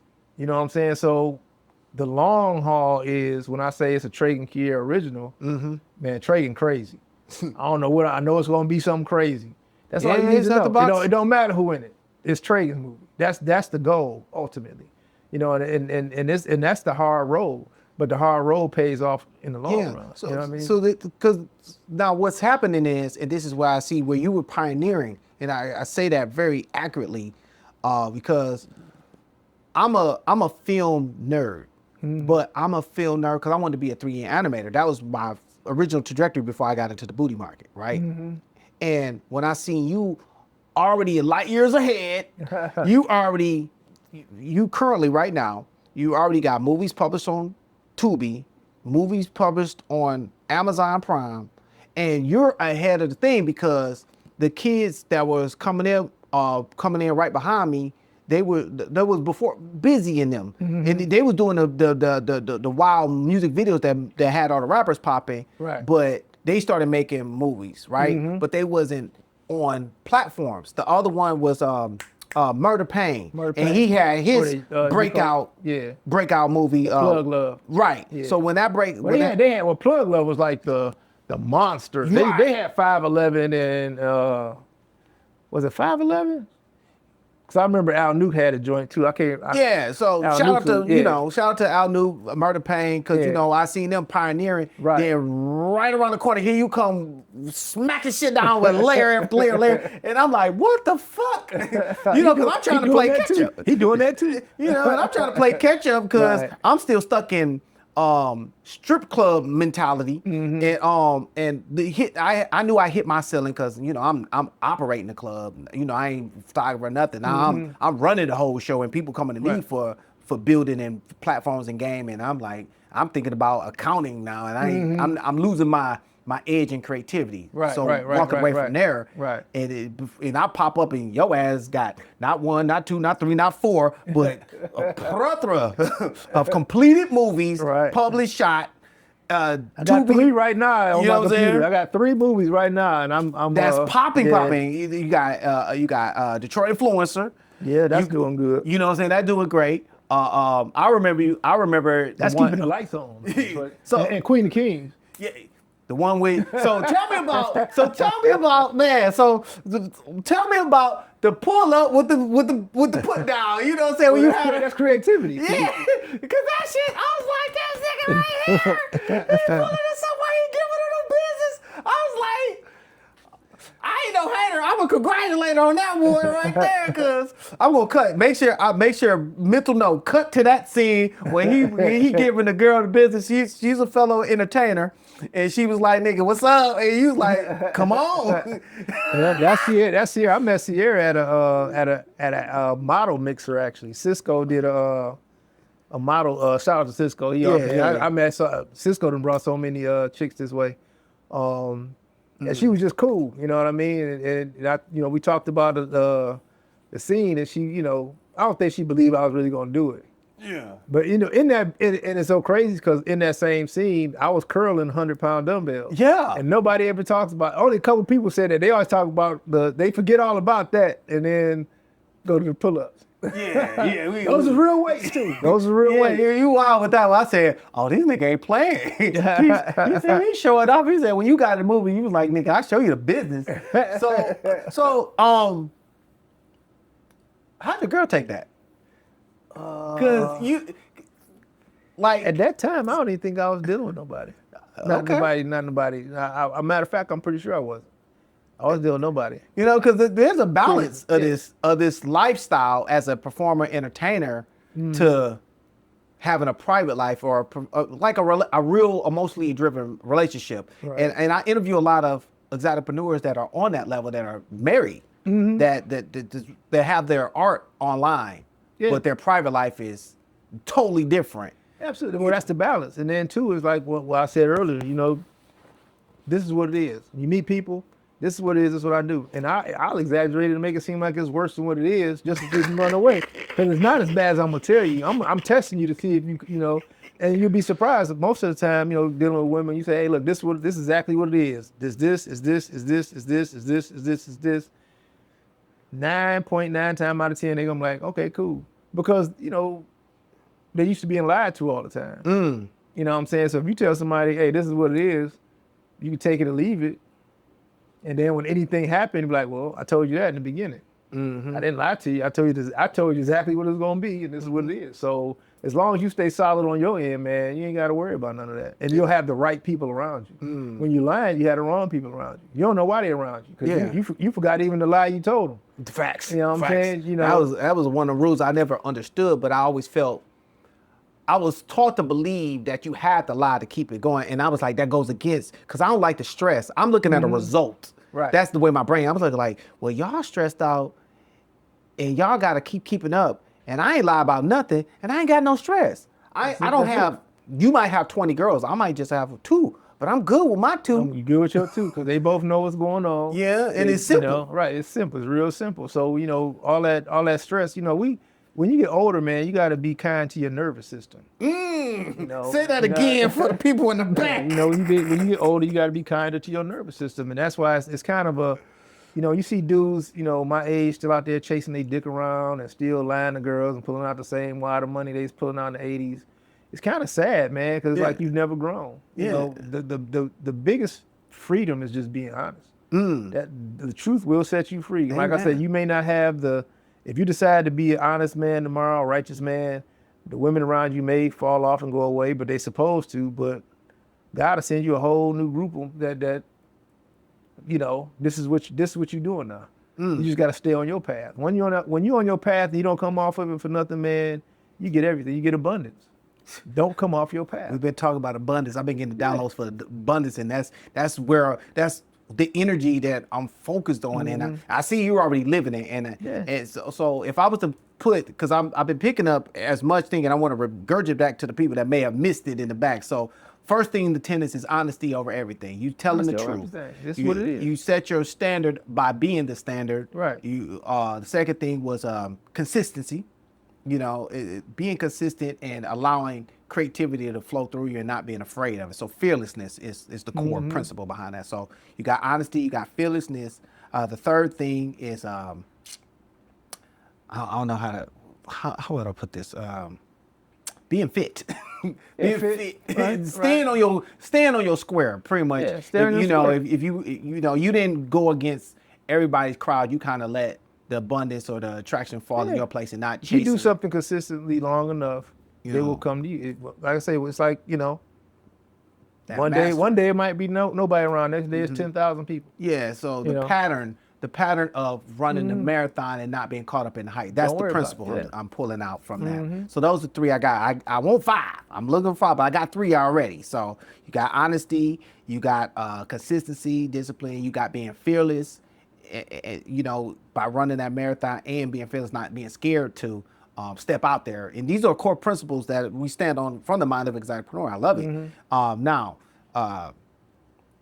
because you wanted to the movie world, how did that work, or how did you really get into it? Because photography is one thing, and then there was the trajectory of now Detroit finally getting their thing. Because a lot of people came to Detroit and took from Detroit and didn't put nothing back. Everything. All the time. And the fact that fashion, man, come on now. So the fact that the Tubi world basically embraced the Detroit culture because that's where it popped off. How did you see it, or did you already know about it and it was just your time and plus and the second question is, how did you fund it? Well, I always find a way to. Because goddamn, because I seen the IMDb because he is on IMDb and it says original funding. Yeah, absolutely. Right there. Absolutely. I googled the shit out of you, but yeah, I prefer to just thug it out and come up with it myself. But the thing is that so Tubi was founded in 2014, and at the time, Amazon Prime was where everybody was getting their money from because Prime was paying more money. But Prime did what Tubi just did. They once they got their own originals going, they cut the indie people out. So I was doing a movie. It was actually a vampire movie called True Religion, and I got some footage. I'm gonna still put it out. My mother had passed when I was in the middle. I was almost done filming. I had something like 20 scenes, 24, 25 scenes, and I went through a depressed state. It's gotta happen. Grieving everything. Because life regardless. Yeah, and I've been trying to figure out all right, life ain't never stopped for you, brother. But how you getting it all done? Because I know life is happening, but you don't talk about life, and I want you to uncover a little bit of that. Unlock that life. So my dudes had to take go and see the maker. Right. So I took some time off, and then I came back in 17. No, it was 19. Came back 2019. I was working on other people's projects and photography, and that's when I was doing a lot of other people's stuff too. So I came back in 19 and I was just like, let me see if I could throw something together myself with this process, and that's where the love of fate came from. Okay. So I did that, and then I heard the pandemic was coming, so I was like, shit, I need to make another, part 2 right now before they shut the whole world down. So I made 1 and 2, and then I put those out, and they did pretty good. You know what I'm saying? They, it wasn't all the cheating and, it wasn't a bunch of nudity and shooting and getting the bag out the mud and all that. So it was but it was a good solid start. Okay. And you know, from that I started working on other people's movies. You know, because once I have a process, like I said, I do. You know, I shoot most of the stuff myself. Yeah. Shoot, sound, everything, right from God the damn. whole scale. You know, only thing I don't do is you know, I can't play all the characters. It's literally why they call you Prince, because that's what the fuck he did. He really didn't need you in the studio other than because you got to know how to play it when he do it live, because you can't play it all live. Right, I can't play it all live. And that's the thing, like with movies, excuse me, you know, the actors, you know, you got to use actors. Yeah. That's really kind of the strength and the weakness. That's where it breaks down, because I know the process, I know what I'm looking for, and I know how to cast for what I'm looking for. You know what I'm saying? I know how to shoot what I want. I know how to, you know, do the sound right, you know, whatever have you. So it's just, you know, going into it and then coming back with the Queen of Kings, which was like, you know, basically a monster. It's like a monster that wasn't really talked about much. You know what I'm saying? Like in the audience, in the streets, it's crazy, but like in the actual industry, it wasn't, because like I said, I'm not a chest beater. I'm not a rah, hey, look at me, look at me, look at me. And then, you know, I don't feel like it's enough people in the industry to make or break a movie anyway.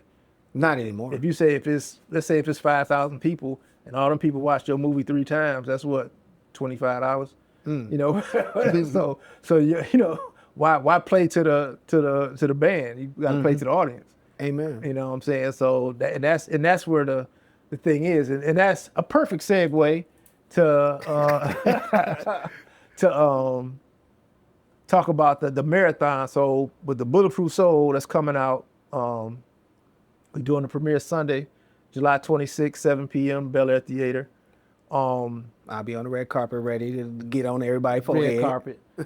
We're coming out. We're releasing on 15 platforms. It's gonna be not only the first AI-infused Black action movie, it's also gonna be the first one to come out on over 15 platforms. And I got contracts with Amazon Prime Europe, Romania, Yao, which is a sponsor for AFM, Uplift, of course, Tubi, Zumo, Uvo,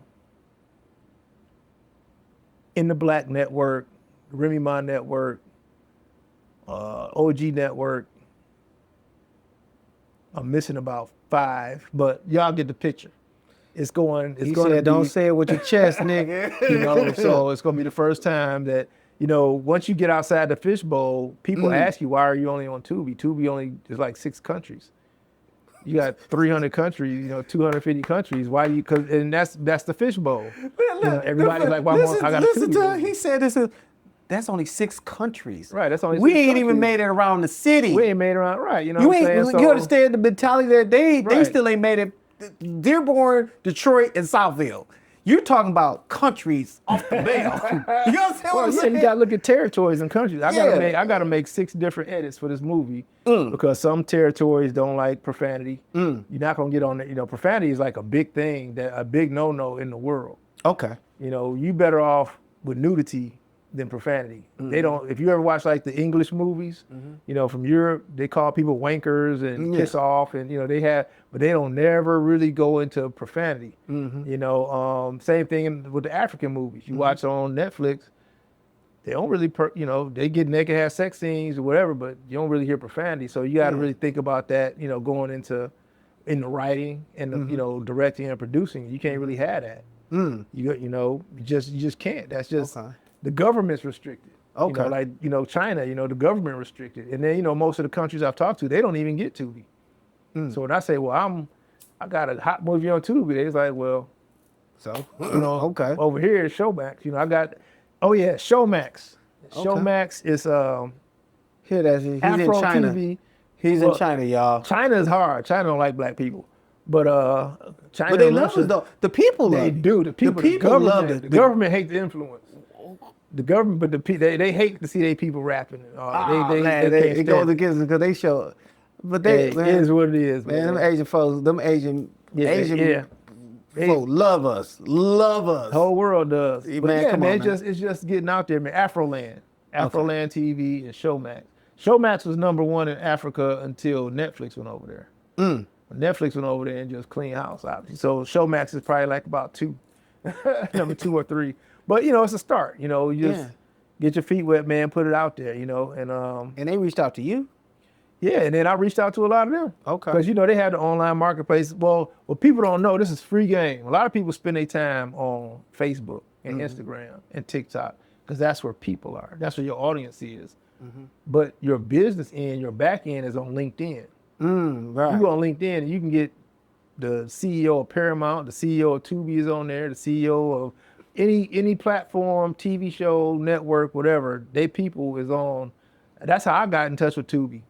I went on LinkedIn and I was talking to people at Tubi, Tubi UK and finding out things myself, as opposed to listening to people in the fishbowl. Right. That's listening to somebody, listening to somebody. So, LinkedIn is like, it's worth every penny. Yeah, I thought it was, well, because I was looking I advertised on LinkedIn, but it's pricey.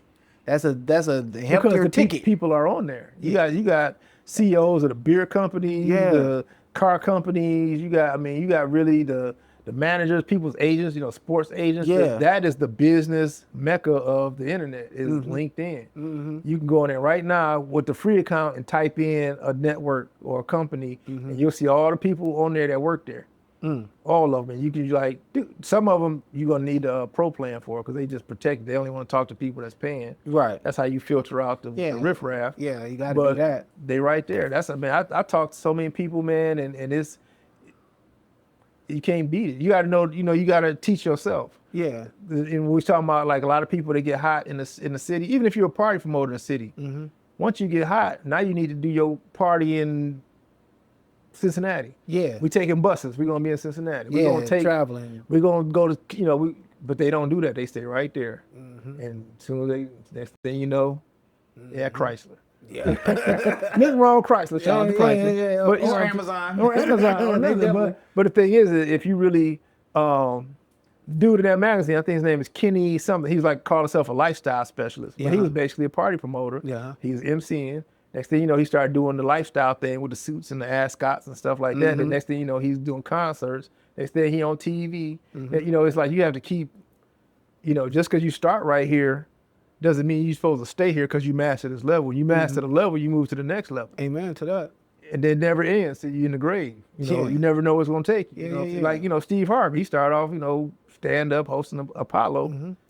Now he on TV more than anybody. You got to keep leveling up. Don't allow yourself to be comfortable. Don't get comfortable. Is that a human thing, a man thing, a woman thing? How do you talking about getting comfortable or being comfortable once you kind of hit a good spot? If you're making six figures in this economy and it's residual virtual money, you don't have to work extremely hard to get it. Is that a bubble, or how do you stay hungry? Everything is a bubble. If it's not like a family trust that your grandfather left that's gonna pay you till you dead, or something like that, it's all a bubble. Okay. It is, because how many of the influencers you see, they page get demonetized for something. Facts. Now they done. They done. Because that was, YouTube checks was all they had. They didn't go YouTube, Instagram, and then make your own joint. You make your own platform that could be ad based or what. You got to keep going, because all this stuff, if the electricity go off. It's a saying that I have and that I say in my book, the law of the egg. And the principles of egg is how many ways can you cook an egg? It's unlimited.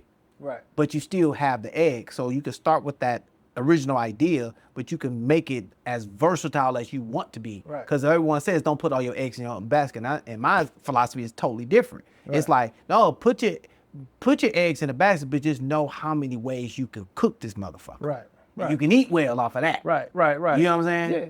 Yeah, absolutely. So like I say, you got people. You don't be the person that's a front runner. It's cool to be a front runner and you get your good start, but front runners just hit their ceiling or hit the wall and don't realize that now it's time to get to work. Because it's people that they made a movie. Their first 1 or 2 movies went crazy, and then after that they didn't keep studying. They didn't study. They didn't learn.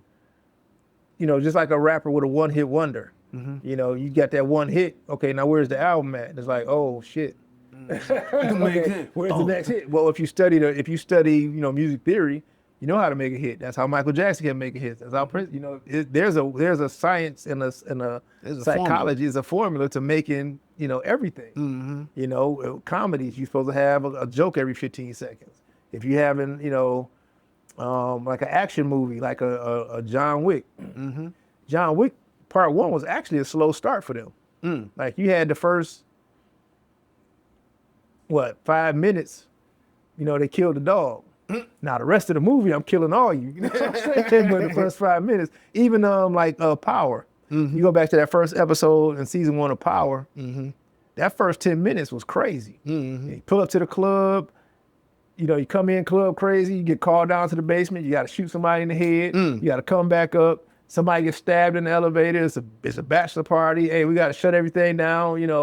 He have a sex scene with Tasha. It didn't stop. The first 10 minutes, and now, if I'm not mistaken, they got approved for their second season within the first 10 to 20 minutes of that first episode because they was retaining the viewer. They just loaded it up, so it's a formula to it. Like every so many minutes, somebody got shot, somebody's fighting, somebody's having sex, somebody's arguing, and it's just like a whole row of, and it just kept rolling. And it's kind of like that with music. Once you got 10 seconds, song come on, you got 10 seconds to grab them. And how many times the song come on, it's like, I don't like it. You ain't even give it a chance. You got to catch me on one of them slow days, and then I might play it. Turn out to be a good song, but so. Same thing with movies. With your movies now, you ready to cut loose because you breaking ground and you're doing something that all of the people that are in the industry that's been in the game 20, 30 years that have been boycotted, they're against AI. You're already infusing AI. I forgot the name of the company that already released a 100% AI developed movie. Your boy Ben Affleck and Matt Damon. Yeah, just got swallowed up by Netflix with a $600 million buy for their company doing it. And that's, like I say, mine is the first infused one. Brandon T. Jackson, the actor from Detroit, he has one that's actually supposed to come out. I don't know if it's out right now. He did the first vertical AI-infused action movie. And I can't think of the name of it right now. But I was trying to support him and everything. But I think he has it on his own little platform where he has you pay a couple dollars to watch it. But it looked interesting. It's real sweet. Okay. And AI here's the thing about AI and like the bad thing. So when I started, it was a film. You had to know everything manually. Then when the digital eras came along, it was the film frowned upon the digital era. Facts. Because now you can shoot raw, like we talked about. You can shoot raw, and you don't have to be sweet. You can just shoot Lightroom, Photoshop, whatever app, and you can even make it in focus or whatever. So it's like frowned upon. Now the digital era that doesn't really have to have a skill is frowning on AI. The same way they was frowned upon in the beginning. Now you put guys like me. If I didn't stay creative, I've been out of work because I'm a graphic designer by trade, right? So I ain't want to pick up the camera tomorrow. I could just sit here and make flyers. Now it's a prompt.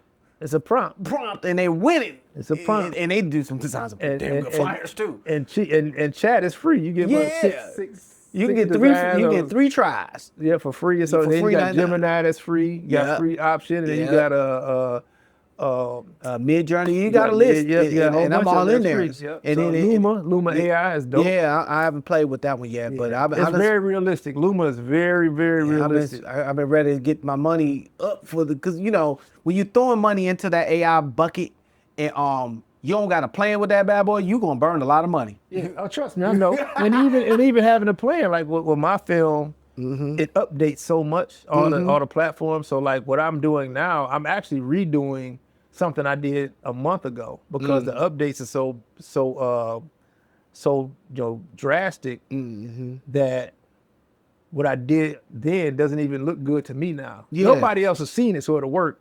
But where it's at right now, and I got to drop it now because there's 2 more updates coming by like August, September. So when those drop, it's going to be a whole different ball game again. So I got to, that hyper realism, the way they update the hyper realism is what I'm trying to keep up. But it's like, God damn, that's like, dang, I got to up my hustle game even harder because you guys, like I say, it's you still got to learn it, and to be honest with you, AI is making, as far as photography, you have to go back to the basics. You have to know your camera stacks. You got to know your camera angles. What's a Dutch angle? Why would you use a Dutch angle? Why would you use a worm angle? Why would you use film, an orbit? theory. Right. Now you got to understand theories of film and all Exactly. the other So, things that so in a lot of ways, it's gone back. You know, so now that's making sense because what they say, once you become great at one thing, You have to the learn, basics always never goes anywhere. You have to learn how to learn. And intelligence is learning, unlearning, and relearning. You have to unlearn what doesn't work anymore and learn what's now working. That's when you get an update. When Photoshop updates, okay, we're not doing this no more. We're doing this. These tools not right here no more. We don't use them no more. Now we use this. So you got to unlearn that. A lot of people hate when it's updates. Oh man, now I got to learn all over again. Well, that's part of life. That's a part of life. Yeah. You can't do the same thing at 16. You 35. You had to unlearn all that. Sometimes you don't want to let it go though. Don't want to let it go. You know what I'm saying? So tell me about the movie. Itself. Like it's an AI-infused real-time movie. If I'm understanding this correctly, what is it based on? What is it based off of? So it's a simple story. It's a hitman who's an aging hitman who wants to retire. He found a girl he want to retire with, but because of who he is, they say you can't get out the game alive. So now they send people out to try to kill you. So that's where the fighting comes in. And then I'm gonna let y'all in on the Easter egg. A lot of it, the reason why people are trying to kill him is not even about him. It's about his girl, who does the same thing. She out there doing stuff and bringing the energy back. Right. So he thinking, why y'all trying to kill me? But he found out it's like, well, shit, it's really, ain't nothing like having a chick that everybody want. Right. You know what I'm saying? they try to get you out the way because they want their shot. Right. Okay. So yeah, she's trying to kill somebody. She missed. So now they know the affiliation. So that's the tangle web that happens through it. And you find out that they do try. He's the hitman nobody could kill. That's the thing. Kind of it's Black John Wick. It's Blackie Shanish.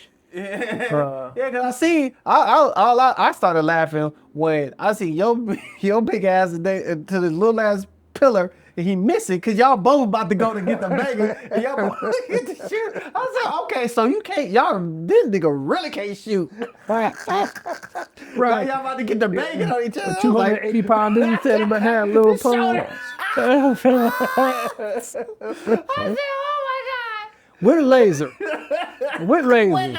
I said, this boy need to go back to the range because boy. No, with a laser. The thing is, because I know guys that literally that miss. I was like, Diffie, you can't hit that big motherfucker. Man, that motherfucker. Yeah. I said, oh man. I knew why he wanted. That's why he got big. He got to adjust to them shoulders. Yeah, man. He got to be big for the camera. Man. So that is the thing is your movie is releasing July 26th. That's a Saturday, right?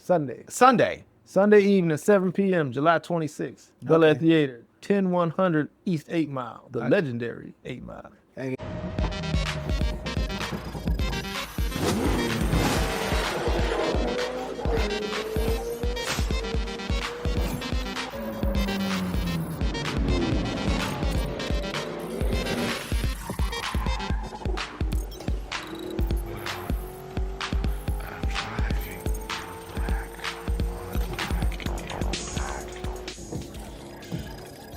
Pardon My East Side is Sunday, July 26th, the Bulletproof Soul premiere.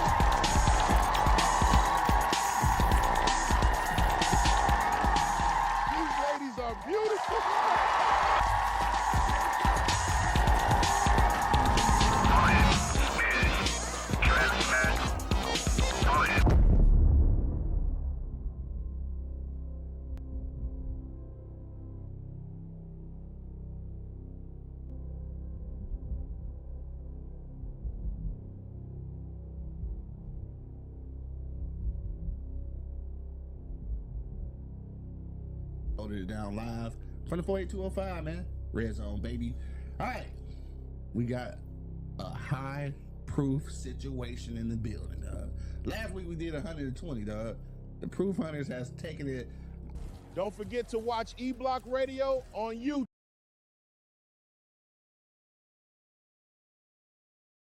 You know what I'm saying? I actually was purchasing some tickets for some friends just to make sure that it was no excuses. Like, nigga, I don't want to hear it. Y'all, we all gonna pull you up because I want some people to do some work for me anyway. So we gonna have a good time.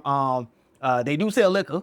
Yeah. So you can't get your sip on. You gonna have you came to the Queen of Kings. Yeah, I did. I was there. That's why I see you doing the pull-ups. I got you on the video. On the promo video. Yeah, man. I had to support it. And, you know, because you fit my genre. Like I can't do hood movies. Like straight hood, like that's not, I can't relate on no level. It's like I didn't live like that. I thought I liked that world until I got in the game and realized this ain't me. This ain't never been me. I ain't never sold a thing. The only thing I promote girls' erotic lifestyles. I promote that. I don't sell nothing else. Everything is legally traceable and accountable. What y'all doing, I ain't got nothing to do with it. And I can't get with it. But everything you did was in my same lane. Then you evolved. And that's the part that I loved about as a person, just evolving and not being stagnating. And then I share that on the platform because that's the whole point of greatness. Right. You know what I'm saying? I studied, where I got that from is, it kind of came more like what Tyler Perry said. Yeah. He said he looked at the movie industry and he found the largest audience that was underserved, which was at the time the Black church, the Black woman that goes to church. There was no movies, at the time. If you want to see a Black movie, it was Sugar Hill, Belly, In Too Deep, or unless it was like an Independence Day or something like that. But there was nothing that talked like Black women, like the Black women kind of soap operas with a gospel twist. And he overserved the underserved demographic, and he got $1 billion. So I'm looking at it, okay, in the same thing. Okay, who's underserved now? Now, Black women, they got all kind of movies. Caucasians got their movie. Where's the straight Black man gonna watch? Thank you. Hello. Where's just regular? Where's the action movie, or where's the dude that's really a macho man, a real man, not some abusive cheater that's on drugs and beating his girlfriend? And, I don't. That's not my thing. I don't really like watching stuff like that. I will here and there, but. Like movies, I don't just want to watch Marvel movies and DC movies. Jason Statham and stuff like Michael Jordan. We got to do ours, and we'll support it. Just do something, do something that's urbanized, that touches our senses and gets our antennas up, and we enjoy it, and that be that. You know what I'm saying? It may not, turn into $1 billion thing. Like I say, women got the voice now, and everybody, like I say, the Caucasians got there, Chinese got, but. We still have a underserved demographic. Yeah. That, I'm cool with. I'm cool with it. I know my people. Yeah. I know the faces I'm gonna see at the premiere. You know what I'm saying? The guys is tired of watching all this. This cheating and crying and whatever. I say no offense, but that's just not.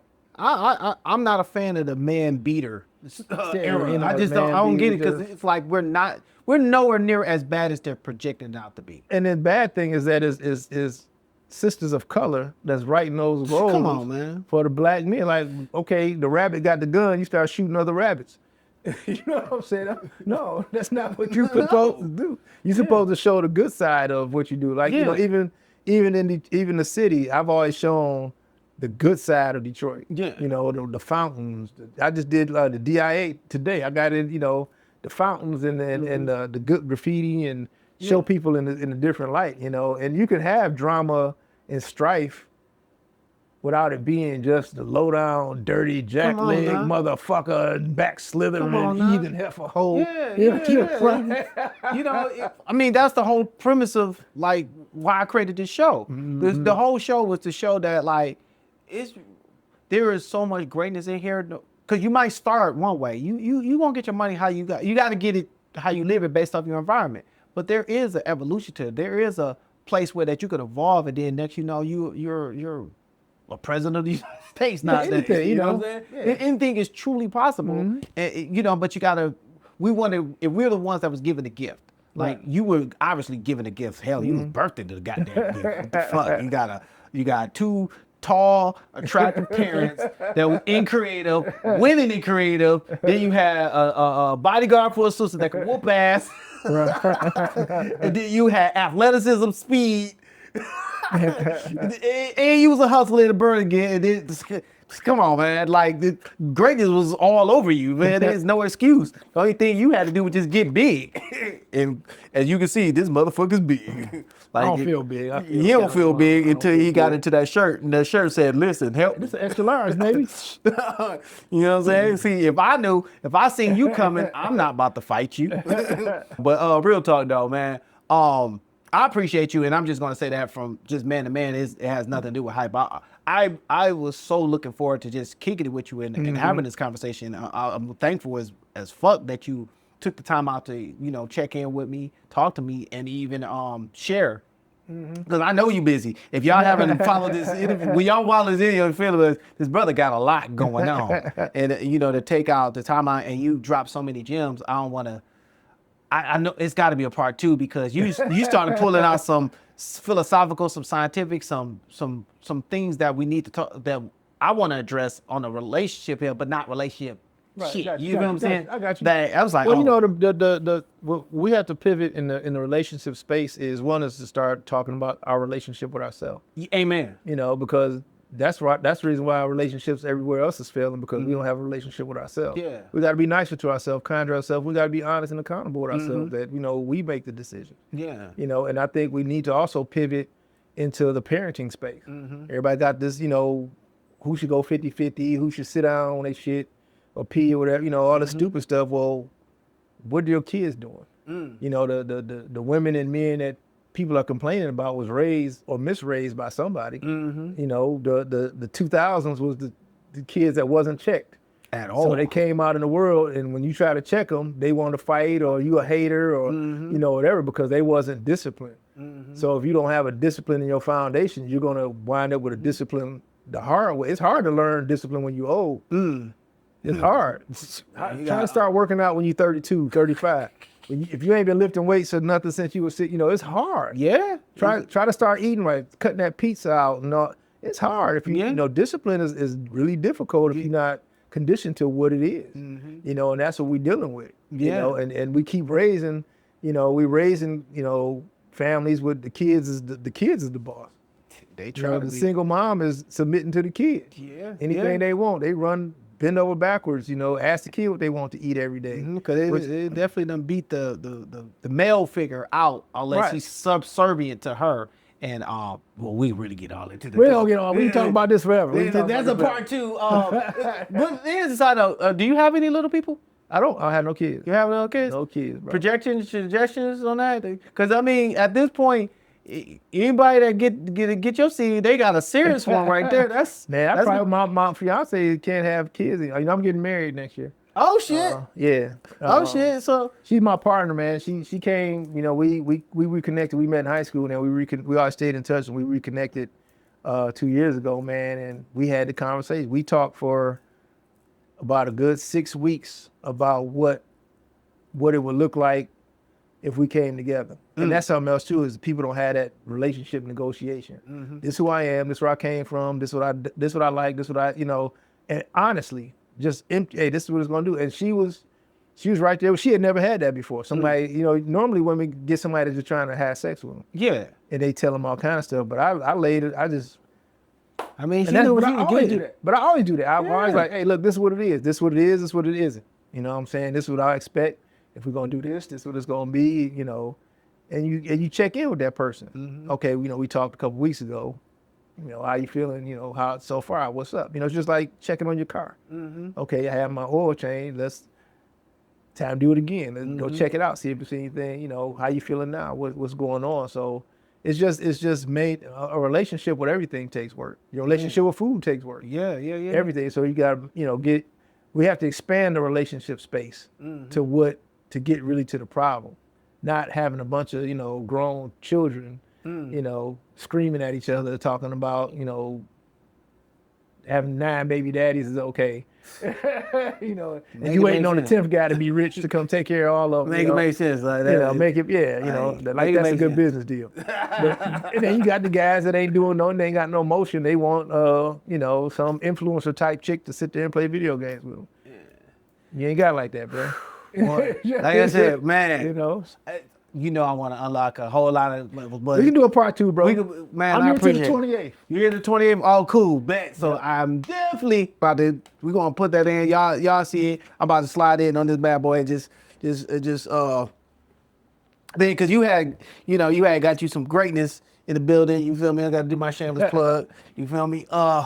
Well, Scott here. So hey, listen, I'm a cheater. Cause I look at my stuff. So as y'all can see, this brother has. You see, I look like a little kid sitting next to this. We both bald, but I know I'm the kid. Okay. But as you can see, this man is. You gotta go. You gotta get up on Hollywood Hairlines, man. She'll fill you in. Okay, well, there we go. You know what I'm saying? Who's see, because it's straight A's right here. So check this out, man. When you looking at the personification of greatness, you're looking at the mirror, right? You're seeing a person that is going to be something great and aspire to, and it's all about the alignment. What I'm sitting next to is a personification of what greatness look like, feel like, smell like, and what I want to emulate. You feel me? I can't duplicate something that is already original, but I can't emulate to innovate to be great. And you can't do nothing but salute greatness when it's in the building, man. Again, I appreciate you for taking the time out to come out and share your knowledge, your wisdom. Make sure y'all in the building Sunday, July 26th, Bel-Air Cinemas for the release of the new movie. Tell them what it is, man. You. That is you. I was doing my Johnny Cage. Bulletproof Soul, Sunday, July 26, 2026. I'll say 20. Yeah, I'm thinking of writing and typing. 2026, 7 o'clock, red carpet, showtime, 8 o'clock. All the actors will be in the building. I'm even filming that day in the morning.